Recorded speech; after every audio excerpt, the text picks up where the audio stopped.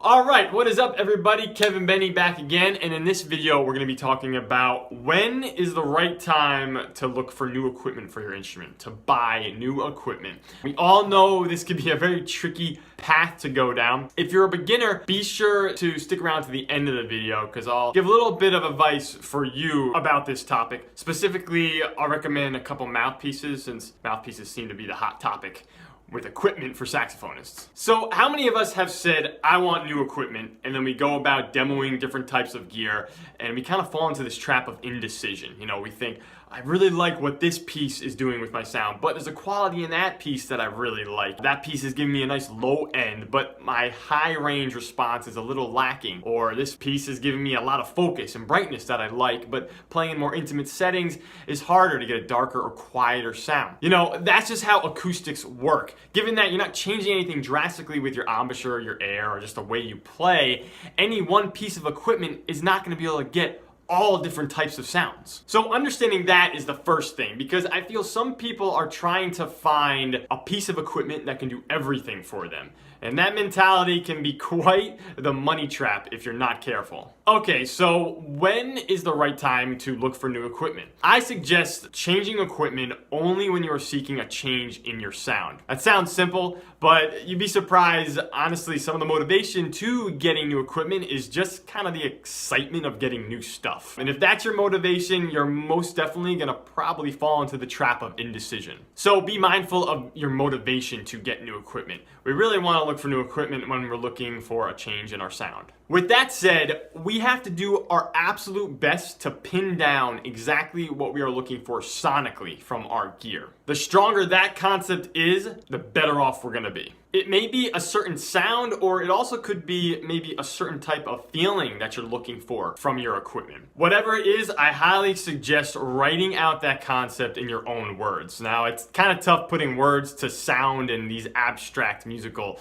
concepts, but these words don't have to make sense to anyone but yourself. You know, it's all about just trying to strengthen your own concept. After you got that strong concept down and you're really confident about it, I will say, check to make sure that the equipment you're playing on can't get to that sound that you're looking for. Sometimes just really solidifying that concept in your mind is enough to push you in a direction to start to play how you want to sound. But of course, if you can't get to what you're looking for with the equipment you're playing on, then it's time to look for new gear.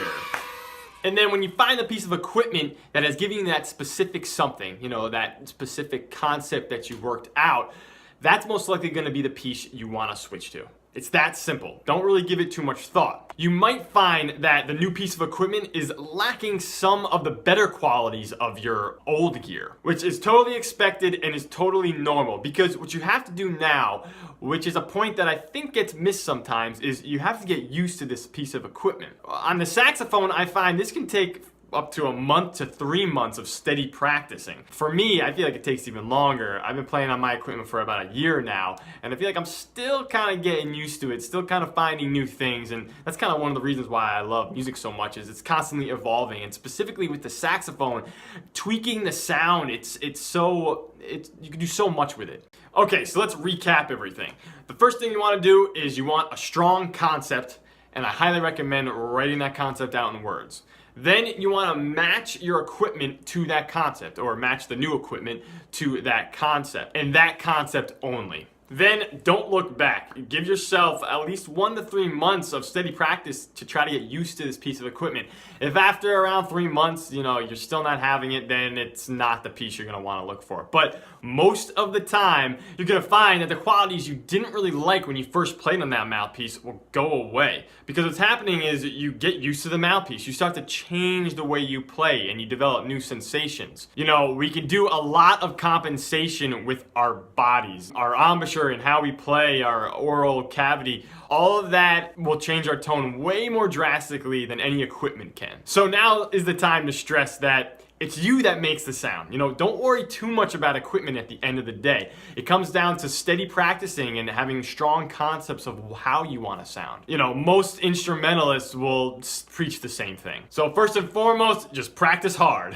Okay, this brings me to a message for beginners. If you're a beginner saxophonist and you're looking for new equipment, maybe because like you feel things are a little too hard to play or something's just not working out, it could definitely be your mouthpiece. I've had beginners come in and their mouthpieces are literally unplayable. The stock mouthpieces that come with a lot of these horns are molded, and when they come out of the mold, they finish drying and will change shape slightly, which can render them unplayable or just really hard to play. So what I recommend to beginners who are having this problem and they do feel like the mouthpiece is causing the issue is to just buy a beginner mouthpiece by one of the more reputable brands.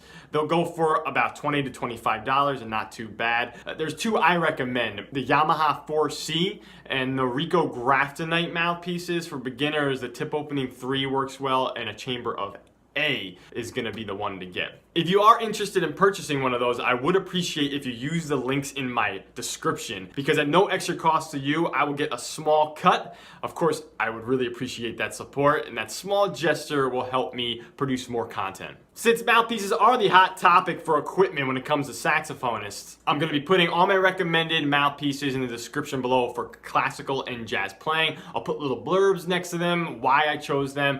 If you're interested in purchasing any of them, I would again appreciate if you use my links, because at no extra cost to you, I will get a small cut. Okay, that wraps it up. I hope everyone enjoyed this video, got something out of it. Please give me a thumbs up or a thumbs down if you didn't like the video.